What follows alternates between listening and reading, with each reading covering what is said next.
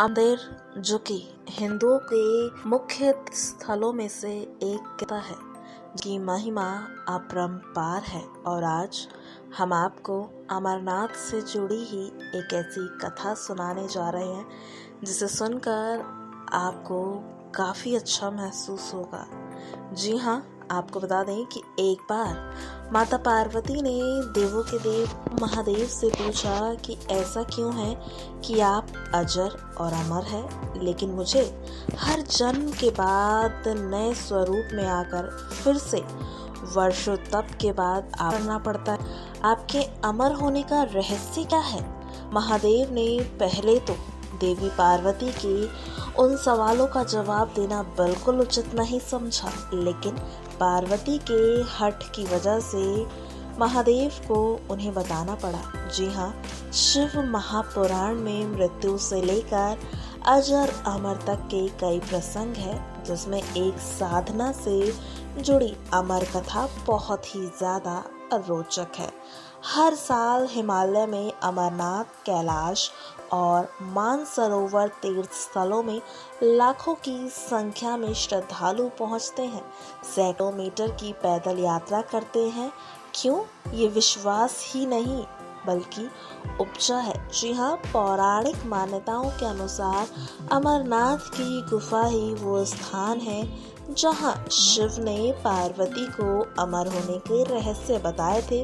उस दौरान 2 ज्योतिर्लिंगों के अलावा कोई तीसरा प्राणी वहाँ नहीं था, ना महादेव का नंदी और ना ही उनका नाग, न सिर पे गंगा और ना ही गणपति और ना ही कार्तिकेय। जी हाँ, गुप्त स्थान की तलाश में महादेव ने अपने वाहन नंदी को सबसे पहले छोड़ा।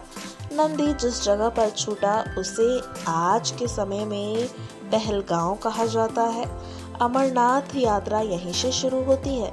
यहाँ से थोड़ा आगे चलने पर शिवजी ने अपनी जटाओं से चंद्रमा को अलग कर दिया।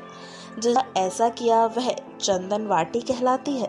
इसके बाद गंगा जी को पंचतरणी और कंठाभूषण सर्पों को शेषनाग पर छोड़ दिया। इस प्रकार इस पड़ाव का नाम शेषनाग पड़ा।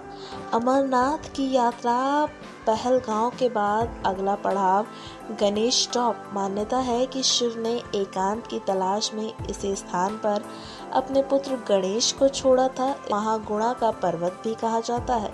इससे आगे महादेव ने पिस्सू नामक कीड़े का भी त्याग किया था। जहाँ पिस्सू का त्याग किया गया उसे आज पिस्सू घाटी कहा जाता है। इस प्रकार महादेव ने अपने पीछे जीवन दायिनी 5 तत्वों को स्वयं से अलग कर दिया था। उसके बाद महादेव ने माँ पार्वती के साथ एक गुफा प्रवेश किया, जहाँ कोई तीसरा प्राणी यानी कि कोई व्यक्ति, पशु, पक्षी गुफा के अंदर घुसकर कथा को ना सुन सके। इसीलिए उन्होंने चारों ओर अग्नि प्रज्वलित। फिर महादेव ने माँ पार्वती को वो कथा सुनाई। कहा जाए कि कथा सुनते सुनते देवी पार्वती को नींद आ गई। महादेव को ये पता ही नहीं, वो कथा सुनाते रहे। उस समय 2 सफेद कबूतर ये कथा सुन रहे थे और बीच बीच में कू कू की आवाज निकाल रहे थे। महादेव को लगा कि पार्वती सुन रही है। दोनों कबूतर सुनते रहे और जब कथा समाप्त होने पर महादेव का ध्यान पार्वती पर गया तो उन्हें पता वो सो रही हैं, तो कथा सुन कौन रहा था? जब कबूतरों पर पड़ी तो महादेव को क्रोध आ गया। वही कबूतर उनकी शरण में आ गया और बोला, भगवान, हमने आपसे अमर कथा, अगर आप हमें मार देंगे तो ये कथा झूठी हो जाएगी। इस पर महादेव ने उन्हें वर दिया कि तुम हमेशा इस स्थान पर शिव और पार्वती के प्रतीक की तरह निवास करोगे। अभी कबूतरों का वो जोड़ा अमर है और ये गुफा अमरनाथ जी हो गई। इस तरह इस स्थान का नाम अमरनाथ पड़ा।